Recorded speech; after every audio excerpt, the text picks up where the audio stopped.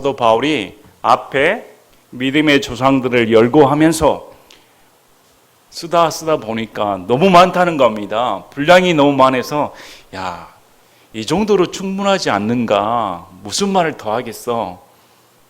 이렇게 믿음의 사람들이 오직 예수님이 주신 상급을 바라보고 현재의 일에 안주하지 않고 복음을 위해 생명까지 내바칠 각오로 예수님을 위해 살았다는 겁니다.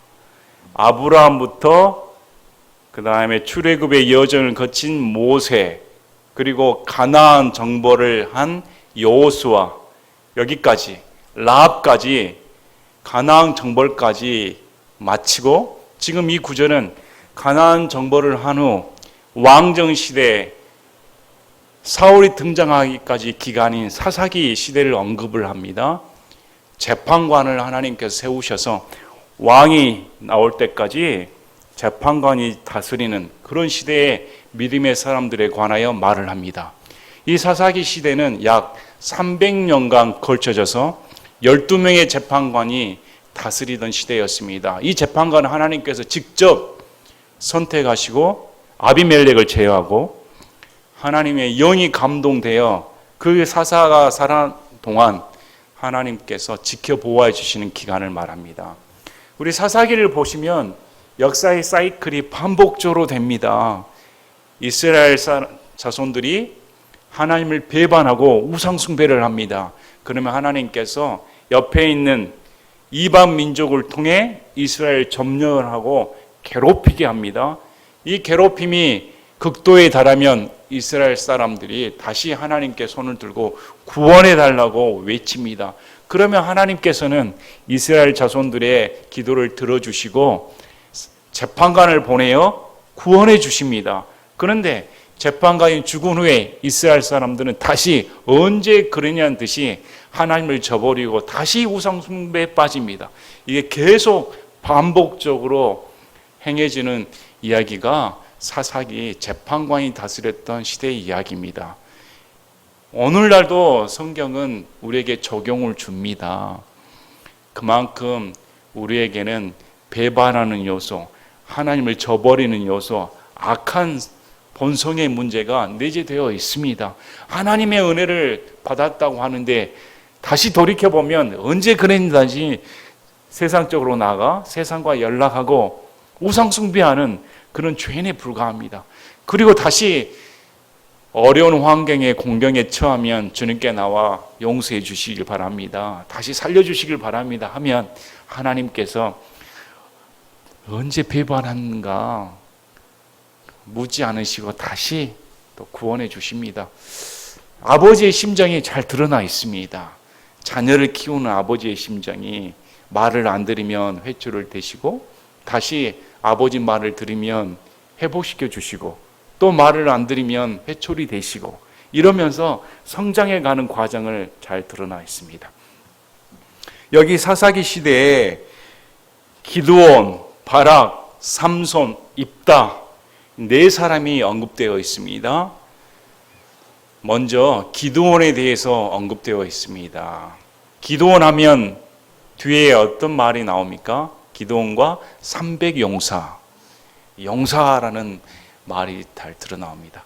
기드온은 사사기에 6장, 7장, 8장에 거쳐져 있어서 상당히 많은 분량을 차지하고 있습니다. 그래서 기드온이라는 인물에 대해 성경은 믿음의 사람이다 이렇게 말을 하는데 자세히 살펴보시면 기드온이나 바락이나 삼손이나 입다가 완전한 사람이었는가? 기드온은 말년에 우상 숭배의 올무를 제공을 합니다. 삼손은 여자의 꿰매에 빠져 인생이 비참하게 끝을 맺는 사람입니다. 입다는 어떻습니까? 성급한 소원으로 이방인의 제사나 드리는 그런 악한 행위에 동참한 사람입니다. 바락은 어떨까요? 바락은 두보라라는 사람, 여자 꼭 치마골에 앉은 그런 쫄장부 같은 사람인 것 같습니다. 그런데도 이런 불완전한 사람을 하나님께서는 본문 9절 말씀을 통해 당당히 믿음의 사람들이다. 항상 우리가 보는 관점하고 하나님께서 보시는 관점은 다르다는 겁니다. 성경에 기록된 이 인물들이 우리 눈으로 보면 한참 보잘것없는 인간에 불과한데, 그러면 왜 이런 인물들을 믿음의 정당 위에 당당하게 올려놓았을까요? 하나님 앞에 사람들은 다 거기서 거기다.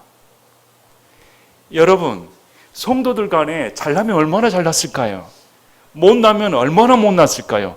능력이 있으면 얼마나 능력이 있고, 능력이 없으면 얼마나 능력이 없을까요? 그래서 성경의 인물들을 보시면 인간은 내세울 게 없다는 겁니다. 인간은 내세울 게 없으며 하나님만이 이들을 통치하시며 사용했다는 겁니다. 또 이들에게는 인간의 능력과 상관없이 단지 믿음이라는 선물이 있었을 때, 믿음이라는 자신의 가치가 있었을 때, 그 믿음으로 인해 모든 인간 환경을 뛰어넘어, 인간 조건의 모든 것을 뛰어넘어 하나님께서 인정하시는 영웅 자리에 올랐다는 겁니다. 이 말씀은 바로 저와 여러분이 믿음의 영웅이 될 수 있다는 겁니다.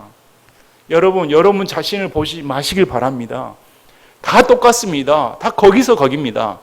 하나님께서 사용하시면 어느 누구든지 간에 영웅이 될 수 있는 겁니다. 그래서 오늘 말씀을 통해 이 기드온이라는 인물이 어떤 장점을 가지고 있고 어떤 단점이 있는지, 우리와 비교해서, 우리의 신앙과 비교해서 우리는 기드온의 어떤 점을 배워야 되며 이런 점은 기드온에게서 배우지 말아야 된다. 동일시하며 나도 이런 점에서는 회개를 해야 되는구나. 기드온이라는 인물에 대해 히브리서 기자인 사도 바울이 그의 약점에도 불구하고, 그의 잘못에도 불구하고, 허물에도 불구하고 당당히 믿음의 영으로 제시한 만큼 우리도 주의를 기울여 사사기 말씀을 통해 기드온에 대해 알아보는 복된 시간이 되시기를 바랍니다. 사사기 2장에 이렇게 나옵니다. 여호수아가 죽었습니다. 여호수아가 죽은 후에 지도자가 없습니다. 과연 우리를 위해 누가 싸워줄 수 있을까? 지도자가 없는 마당에 이스라엘 사람들은 하나님의 은혜를 저버리고 우상숭배에 빠졌습니다.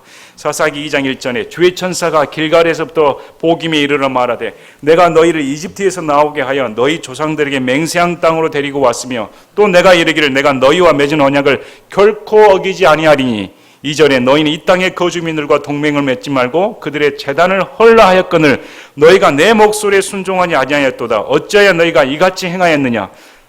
다 쫓아내질 않았습니다. 가나안 정보를 할 때 하나님께서는 단 한 명이라도 남겨두지 말고 전부 다 진멸하고 쫓아내라는 겁니다. 그러나 이스라엘 사람들은 적당히 타협했습니다. 이 하나님의 명령을 어겼을 때 남겨놓은 가나안 족속들로 인해 계속 골칫거리를 앓고 가시거리가 됩니다. 그러므로 또한 내가 말하기를 내가 그들을 너희 앞에서 쫓아내지 아니하리니 그들이 너희 옆구리에 가시가 되며 그들의 신들이 너희에게 올무가 되리라 하였노라. 주의 천사가 온 이스라엘 자손에게 이 말씀들을 이름에 백성이 소리를 높여 우니라. 그러므로 그들이 그곳의 이름을 복임이라 하니라. 그들이 거기서 주께 희생물을 드렸더라. 울면 뭐합니까? 돌아서질 않습니다. 11절에 이스라엘 자손이 주의 눈앞에서 악을 행하여 바알들을 섬기며 이집트 땅에서 자기 조상들을 데리고 나오신 주 자기 조상들의 하나님을 버리고 다른 신들 곧 자기들 사방에 있던 백성의 신들을 따라가서 그들에게 절하여 주의 분노를 일으켰더라. 그들이 주를 버리고 바알과 아스다롯을 섬기니라. 이렇게 이집트 땅에서 출애굽시켜 주신, 노예에서 탈피시켜 자유민족으로 해주신 그 은혜를 저버리고 자신들이 섬겨야 할 하나님 대신에 이방 땅 신인 바알과 아스다롯, 다른 기타 우상을 섬겼다는 겁니다. 그래서 하나님께서 이들을 내버려 두지 아니하시고 이방 민족의 손에 넘겨주십니다.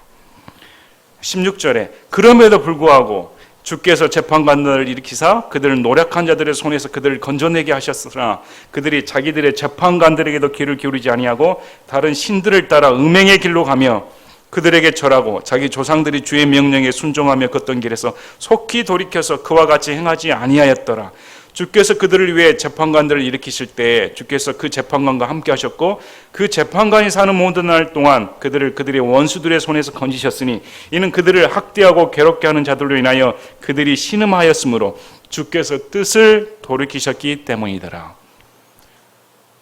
신음하고 학대받을 때 이스라엘 사람들이 살려달라고 하면 하나님께서 뜻을 돌이켜서 재판관들을 통해 구해주는 이 역사가 반복되었다고 역사의 배경에 대해 사사기 2장 말씀을 씁니다.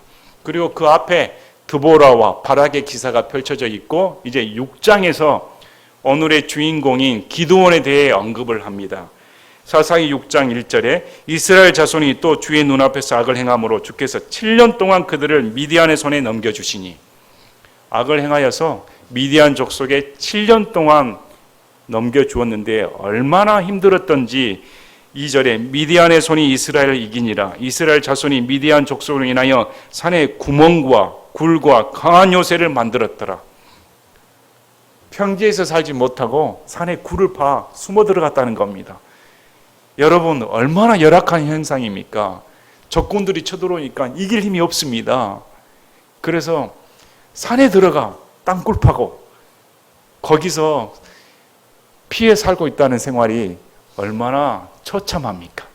무려 7년 동안 이스라엘이 씨를 뿌린 뒤에는 미디안 족속이 올라오고 또 아말렉 족속과 동쪽의 자손이 그들을 치러 올라와서 그들을 향해 진을 치고 가자 예르기까지 땅의 소출을 멸하여 이스라엘 외에 양식을 남기지 아니하며 양이나 소나 나귀도 남기지 아니하였으므로 먹을 것을 다 훼손시켜버리고 약탈하였습니다. 이럴 때 이스라엘 자손이 도저히 못 견뎌서 하나님 살려달라고 6절에 이스라엘이 미디안 족속으로 인하여 심히 핍절하게 되니라. 이스라엘 자손이 주께 부르짖었더라. 그래서 7절에 주께 부르짖으니까 하나님께서 이렇게 말씀하십니다. 왜 쫓아내지 아니하였느냐? 두려워하지 말라. 너희가 순종하지 아니하여서 이런 일이 벌어졌다 가르쳐 주십니다. 그리고 그 말씀을 들어주시고 이제 하나님께서 기드온을 찾아가 기드온을 통해 미디안 족속을 멸하시고 구출해 주시는 사건이 펼쳐집니다. 11절에 주의 천사가 아비에셀 사람 요아스에게 속한 오브라에 이르러 상수리 나무 밑에 앉았는데 그의 아들 기드온이 미디안 족속에게 숨기기 위하여 포도주 틀에서 밀을 타작하더라. 주의 천사가 기드온에 나타나 그에게 이르되 너 강한 용사여 주께서 너와 함께 계신도다 하매. 자, 상황이 여기 주의 천사가 나옵니다. 이 주의 천사는 14절에 주께서 그를 바라보시며 LORD입니다. 주의 천사가 누구일까요? 성육신 하시기 전에 인간의 모습으로 나타나신 우리 주 예수님입니다. 주의 천사를 주라고 지금 성경에서 말씀을 하는 겁니다. 11절에는 주의 천사이고 14절에는 주께서 그를 바라보시며 이렇게 언급되어 있는 겁니다. 주의 천사는 이런 우리가 생각하는 천사가 아니라 하나님이십니다. 인간의 모습으로 나타나신 예수님입니다. 근데 이 예수님께서 기드온이라는 사람을 만나는데 이 기드온은 므낫세 족속의 사람입니다. 므낫세 지파에 속한 기드온을 만나 너 강한 용사여. 자, 이 기드온이 강한 용사일까요? 여러분이 강한 용사라면 글쎄, 야 이렇게 힘을 자랑하는 사람, 키가 큰 사람, 담력이 센 사람, 군대 장관 이런 사람을 강한 용사라고 하지. 지금 기드온이 뭘 하고 있습니까? 미디안 사람들이 무서워서 숨어서 타작 지금 하고 있는 그런 사람입니다. 앞으로도 이 사람은 하나님의 말씀에 토를 답니다. 내게 표적을 주면 가겠습니다. 무려 4차례나 하나님께서 표적을 주십니다. 그제야 진격을 합니다. 이런 사람입니다. 근데 이 사람이 무슨 강한 용사입니까? 근데 우리 예수님이 나타나 주셔서 너 강한 용사여 주께서 너와 함께 계시는도다. 야, 자, 우리에게 은혜가 되는 말씀입니다. 기드온이 자기 형편을 보며 말합니다. 오 내 주여, 주께서 우리와 함께 계시며 어찌하여 이 모든 일이 우리에게 닥쳤나이까? 무슨 말씀입니까? 하나님께서 언제 저와 함께 계셨습니까? 정말 하나님께서 함께 계셨다면 이런 일이 벌어지겠습니까? 아이고, 이렇게 반문하는 겁니다. 14절에 주께서 그를 바라보시며 이르시되 너는 너의 이 힘을 의지하고 가서 이스라엘 미디안 족속의 손에서 구원할지니라. 내가 너를 보내지 아니하였느냐? 너의 이 힘, 기드온이 힘이 있는 자입니까? 미디안 족속을 상대할 만한 능력이 있는 자입니까? 미디안 족속 말만 들어 숨는 자인데, 그런데 가서 상대하라는 겁니다. 그랬더니 15절에 기드온이 그분께 이르되 오 내 주여, 내가 무엇으로 이스라엘 구원하리까? 보소서, 내 가족은 므낫세 중에서 가난하며 또한 나는 내 아버지 집에서 가장 작은 자니이다매. 우리 집은 안 됩니다. 귀한 집안이 아닙니다. 가난에 찌든 자입니다. 그리고 우리 집안에서도 저는 가장 작은 자입니다. 능력이 없습니다. 내 형편을 보는. 근데 하나님께서 그걸 모르시겠습니까? 하나님께서 기드온의 형편을 모르시고 나타나 너 강한 용사여, 듣기 좋으라고 하신 말씀일까요? 실제로 강한 용사로 부르신 겁니다. 실제로 너는 강한 용사이고 그 이유가 내가 너와 함께한다. 여러분, 기드온은 평범한 인간입니다. 보시길 바랍니다. 가난한 사람입니다. 오늘날로 말하면 무슨 학벌이 있겠습니까? 집안에서도 가장 작은 자, 눈여겨보지 않는 자입니다. 우리 형들을 보면 잘났는데, 집안에서도 보면 잘난 사람 얼마나 많은데요. 다른 사람 뽑으시길 바랍니다. 하나님께서 함께 하시면 누구든 용사가 될 수 있습니다. 하나님께서 찾아오시면 누구든 용사가 될 수 있으며, 하나님은 능력 있는 자를 찾아오지 않으셨다는 겁니다. 비천한 자, 낮은 자, 자기를 의지하지 않는 자, 자기 힘이 없는 자, 겸손한 자를 찾습니다. 나는 안 됩니다. 내 능력 밖의 일입니다. 이것은 감당할 수가 없습니다. 그런데 하나님께서는 그런 소리 하지 말한 겁니다. 너는 이 힘을 의지해라. 너에게 힘이 있다는 겁니다. 여러분 상황 가운데 지금 어려운 지경이 있습니까? 우리 형편을 보면 안 됩니다. 능력 밖의 일입니다. 지금 세상 돌아가는 보면 얼마나 어렵습니까? 눈치 보기 쉽습니다. 두렵습니다. 우한폐렴의 공포뿐만 아니라 경제 공황이 닥칠 것 같습니다. 수많은 사람들이 위협감을 느낍니다. 인생에 대한 암담한 먹구름만 보입니다. 이런 현실을 보면 내 모습을 보면 헤쳐나갈 능력이 없는데 어떻게 이겨낼 수가 있단 말인가? 그러나 성경에서는 주께서 너와 함께한다. 여러분, 우리 예수님께서 우리에게 말씀하십니다. 혼자가 아니라고 말씀합니다. 세상 끝날까지 결코 내가 너와 떠나지 않고 함께하겠다. 영원히 너희 안에 거하시겠다고 예수님의 말씀처럼 성령님께서 예수님을 영접한 순간 내 안에 들어와 내 안에 있는 성령님께서 이 세상을 지배하는 악한 마귀보다 크도다. 그래서 여러분, 우리 안에 성령님이 계시는 겁니다.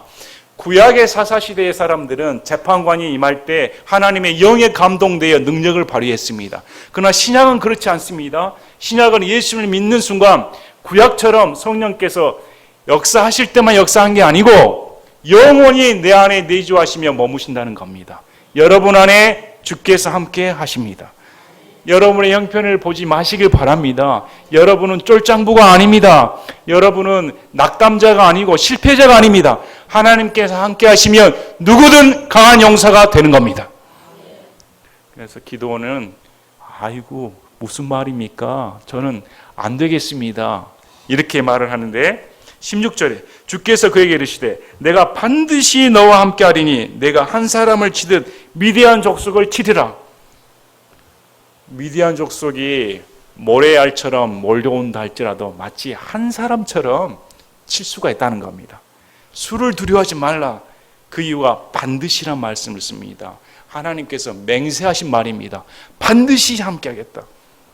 우리 예수님이 신약시대에 성도들에게 하신 말씀을 보시기 바랍니다. 반드시 언급을 하십니다.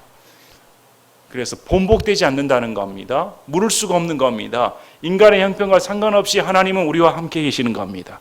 우리의 부족함에도 불구하고 우리의 배반에도 불구하고 주님은 여전히 나와 함께 하신다.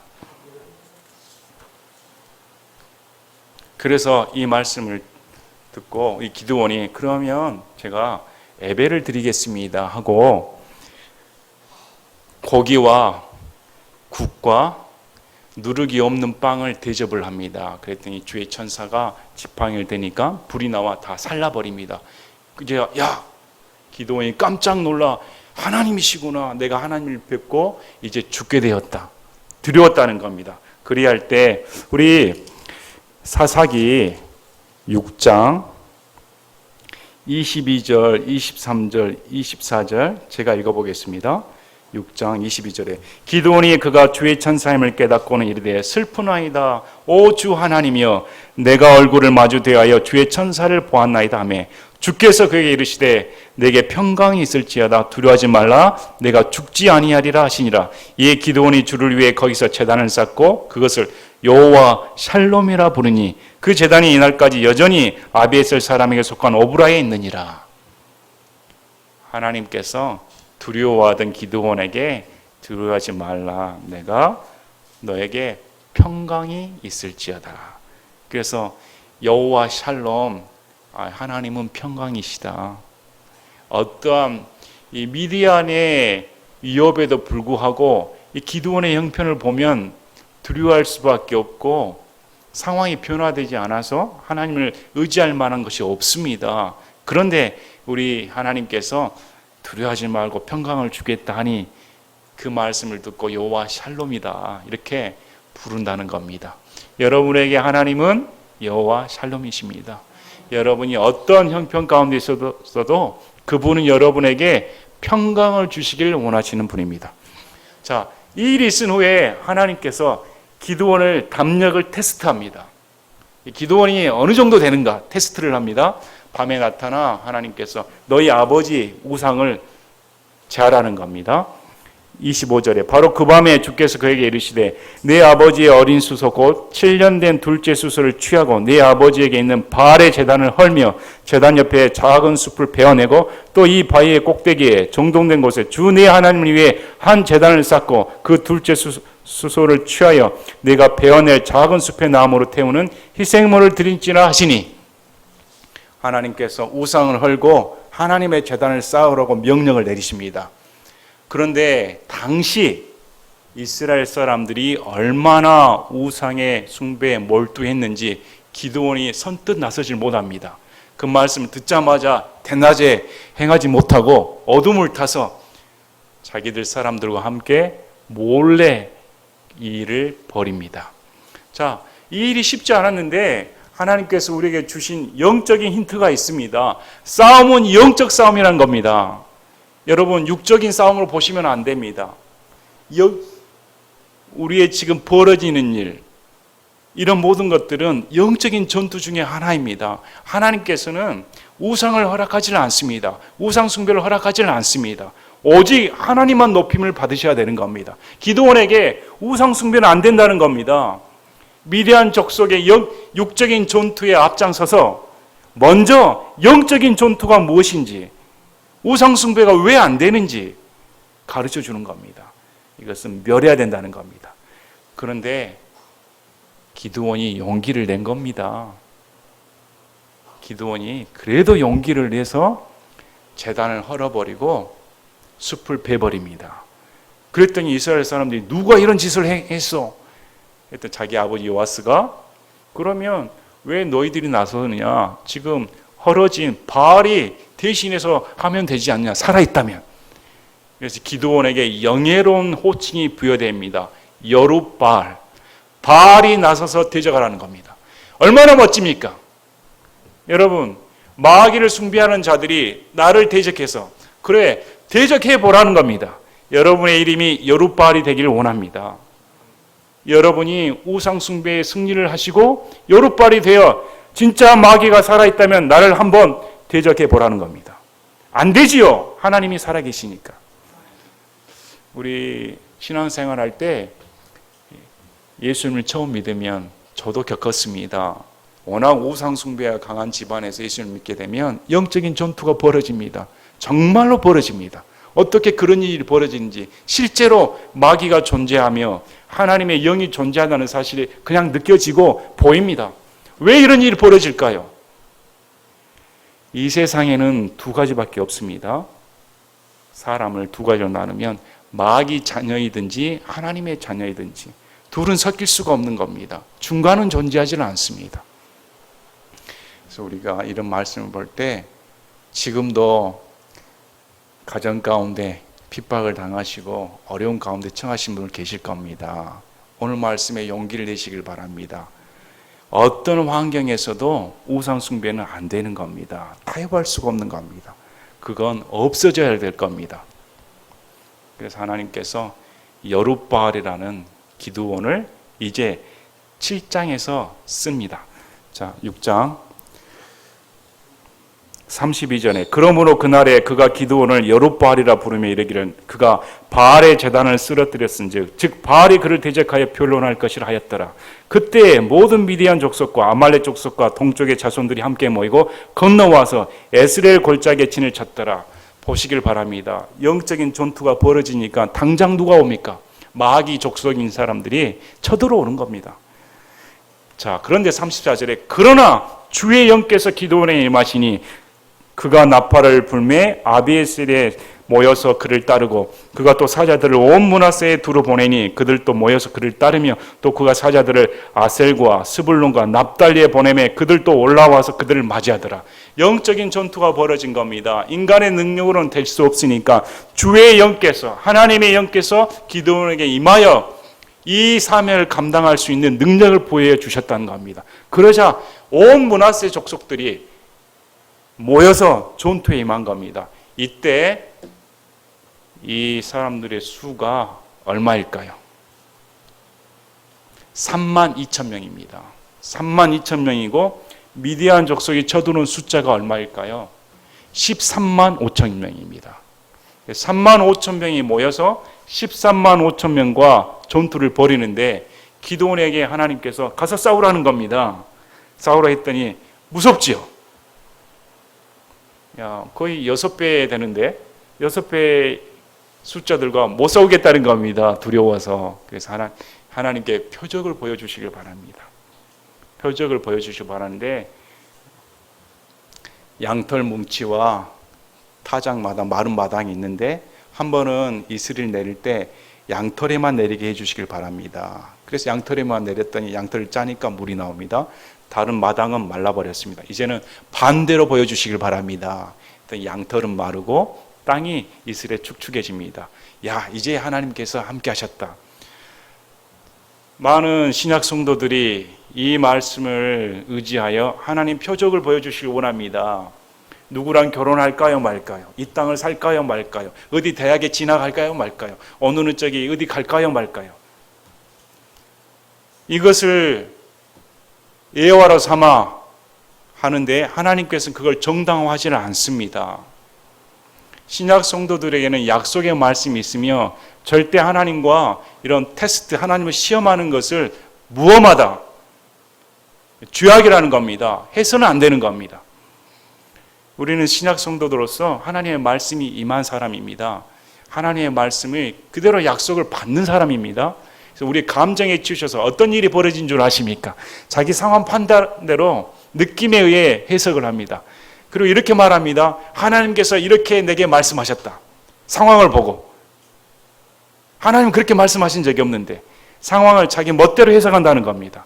자기가 원하는 방향대로. 그래서 이런 여러분들의 신앙생활에 게임에 빠져서는 안 되는 겁니다. 이것은 기드온에 국한된, 그럼에도 불구하고 하나님께서 기드온을 사용한 단회적인 사건이지 이것이 보편화된 사건은 아니라는 겁니다. 만약에 이것이 보편화된 사건이라면 누구나 그렇게 기도를 해야죠. 표적을 보여주시길 바랍니다. 그 뒤로 나오지 않습니다. 그래서 여기서는 한 가지 우리가 유념해 둬야 할 게, 하나님께서는 그럼에도 기드온을 사용하셨다는 겁니다. 두 차례나 요구하는 기드온을 묵살하지 아니하시고 하나님께서 보여주시고 역사해 주셨다는 겁니다. 자, 그래서 기드온이 알겠습니다. 이제 나가겠습니다. 나가려고 했더니 아니다. 야, 32,000명 많다는 겁니다. 무서워하는 사람들은 돌려보내라. 그래서 무서워하는 사람들이 22,000명이었습니다. 10,000명이 남았습니다. 기드온은 야, 이제 10,000명 가지고 하는 것도 벅찬데.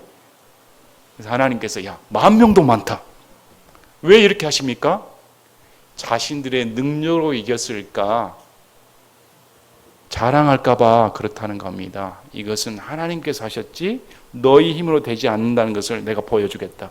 10,000명도 많으니까 물을 먹여보라는 겁니다. 물을 먹는데 어떤 사람은 편안하게 앉아서 떠먹고 있습니다. 근데 어떤 사람은 무릎을 꿇고 물을 핥아 먹습니다. 경계심이 있다는 겁니다. 곧바로 출동하겠다. 마음의 준비가 된 사람이었습니다. 이 사람들이 숫자가 300명이었습니다. 그래서 혀로 물을 핥는 자 300명을 제외하고는 다 돌려보내라. 여러분, 이제 300명이 남았습니다. 300명을 가지고 13만 5천 명을 대적할 수가 있을까요? 일당 450명입니다. 여러분, 1인당 450명을 물리칠 수가 있습니까? 가당키는 한 일입니까? 근데 하나님께서는 야, 300명이면 너 힘으로 안 되는 줄 알겠지. 이제 내가 300명으로 이기겠다 하니까 기드온이 또 망설입니다.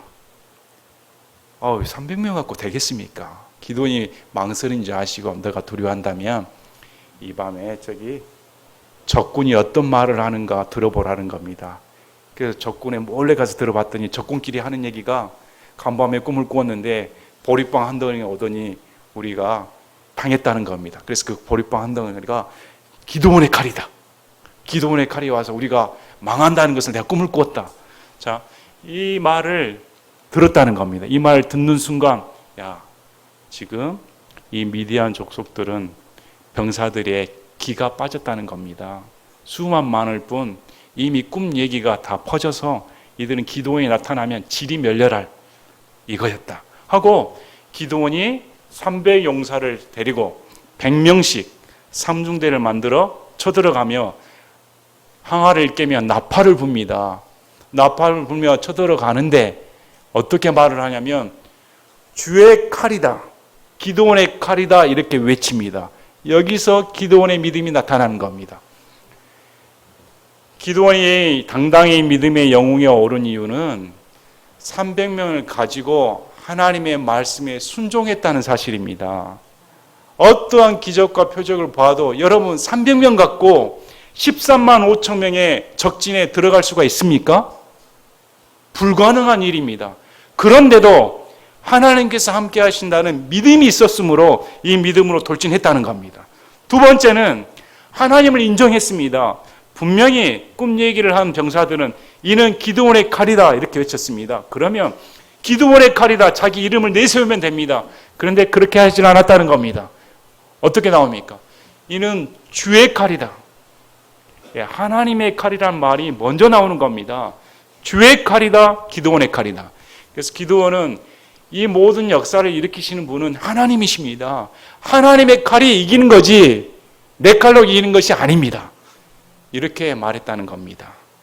그리고 하나님께서 역사를 일으켜 주셔서 미디안 족속들이 서로 자기들끼리 치고받고 하다가 질이 멸렬해서 도망갑니다. 그래서 나를 세워 추격을 합니다. 계속 끝까지 도륙이 해버리려고 추격하니까 여기에 열심이 있는 겁니다.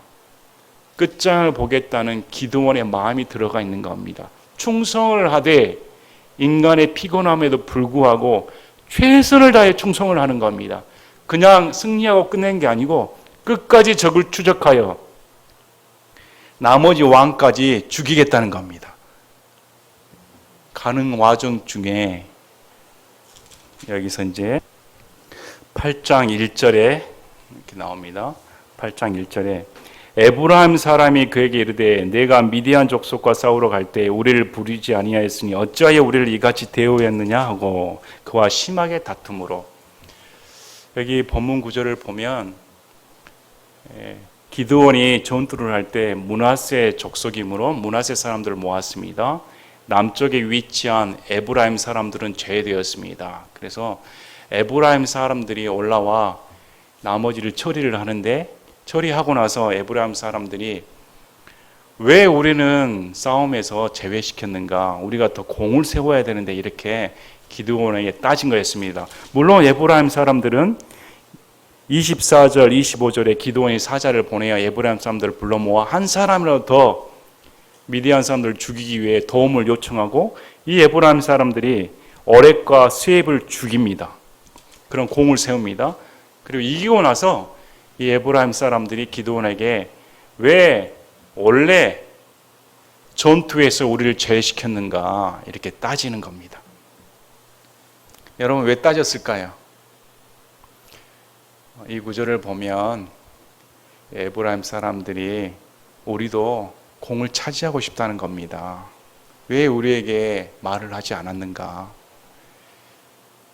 교회 신앙생활 하면서도 이런 부류가 있습니다. 왜 저와 상의하지 않고 일을 추진하였습니까?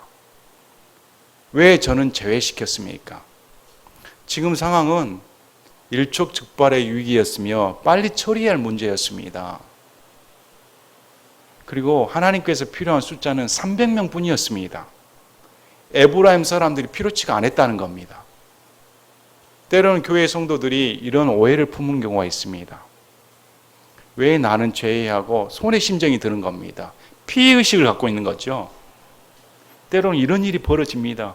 교회 일을 꾸려갈 때도 당장 일을 처리할 때 빠르게 추진할 때가 있습니다. 그럴 때는 몇몇 형제들과 함께 빨리 추진해야 되는 겁니다. 그럼 나중에 소외감을 느끼는 사람들이 있습니다. 왜 나는 제외시켰습니까? 어떤 분의 말을 들으니까 교회 물건을 사는데 목사님이 독단적으로 샀다. 이럴 수가 있는가? 목사님이 독재다. 상황을 바라보는 마음이 왜 그렇게 다를까요?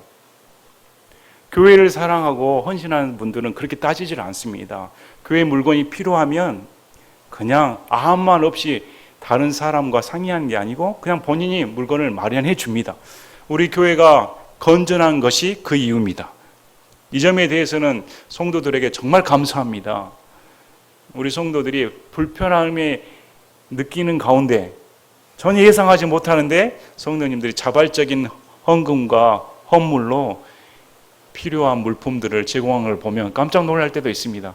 그런 거 할 때 그러면 운호라고 하겠습니까? 아니지 않습니까? 교회 성도들도 내가 교회를 먼저 생각하고 기도원의 형편을 이해를 했다면 얼마나 고생을 했을까? 어떻게 300명과 함께 미디안 족속을 물리칠 수가 있을까? 오히려 기도원을 높여주고 므낫세 지파를 감사를 해야 되는데 이 에브라임 지파는 여호수아 지파입니다. 여호수아가 지도자였지 않습니까? 그러면 우리가 주도권을 가져야 되는데 왜 므낫세 족속인 당신이 주도권을 잡는가? 이런 파벌이 생기는 겁니다. 여기에 기드온이 겸손하게 대처합니다. 기드온이 버럭 화를 내면서 상황이 이러이러했다 이렇게 말을 하지 않고 겸손하게 이렇게 말을 하죠. 너희들이 한 업적은, 미디안 족속의 왕을 죽인 업적은 우리에 비하겠는가? 우리는 포도즙에 막판 끝물을 딴 것이고 너희는 첫 포도나물 열매를 맺는 그만한 위대한 공을 세웠다. 오히려 기드온이 자신을 낮추고 에브라임 지파를 이렇게 올려줘 버립니다. 왜 그랬을까요? 에브라임 지파도 하나님을 위해 싸웠다는 겁니다. 싸우지 않고 그 말한 게 아니고 에브라임도 자신을 내세우는 교만한 마음이 있는 줄 뻔히 알지만 그도 이스라엘 자손 편에 서서 상대방인 미디안 족속을 쳐 부수는데 공을 세웠으므로 네 공이 더 낫다 이렇게 다투지 않고 올려줘 버립니다. 여러분도 그러시길 바랍니다.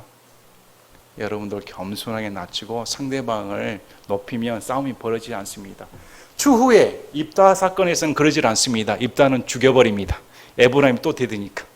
꼭 에브라임 지파가 문제입니다. 그러나 기드온은 여기서 너희들이 더 낫다 이렇게 하고 숫꽃과 분이엘을 지나는데, 숫꽃과 분이엘을 지나면서 우리 장병들이 미디안 족속을 치러 가는데 너무 지쳤다는 겁니다. 우리에게 군량 물자를 제공해 달라 했더니 아이고 제공 안 하겠다. 너희들이 그걸 담당할 수 있을 것 같아? 못 이길 거야. 이렇게 하니까 기드온이 그러면 내가 미디안 족속에 세바와 살문나를 죽인 후에 너희들도 처리하겠다. 그래서 처리해버립니다.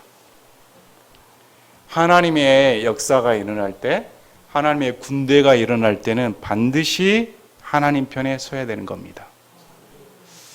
그리고 기드온이 혁혁한 공을 세우고 이깁니다. 이겼을 때 이제 이스라엘 사람들이 기드온에게 우리 왕이 되어 주시길 바랍니다. 우리의 자손이 되어 주시길 바랍니다.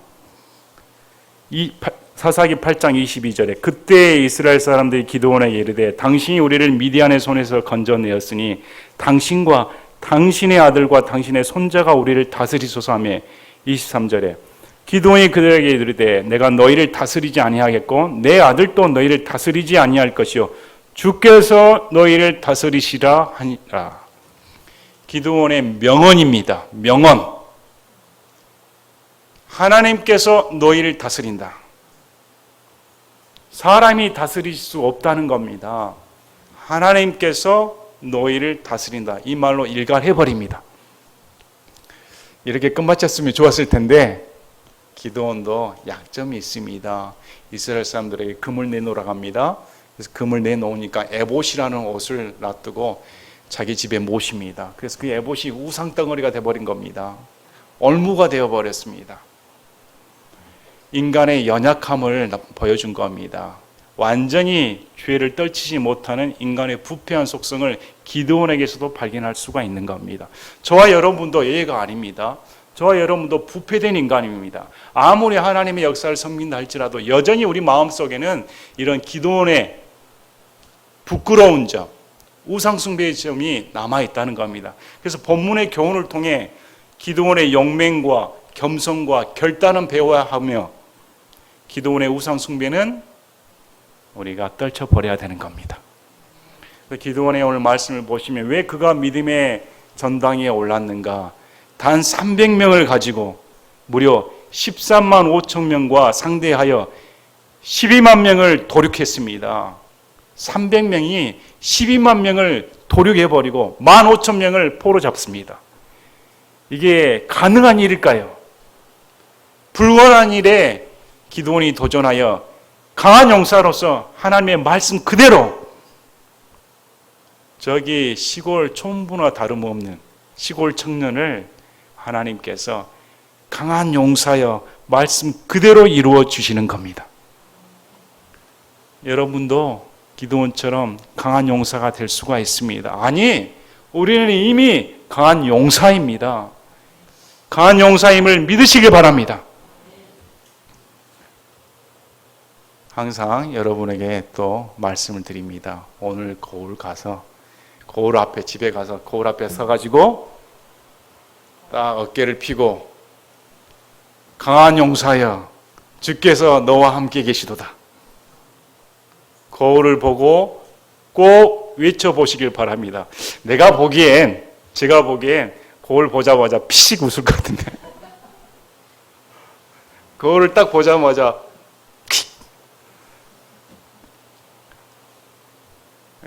그래서 우리가 보는 거울의 모습과 하나님께서 우리를 보시는 모습은 이렇게 다릅니다.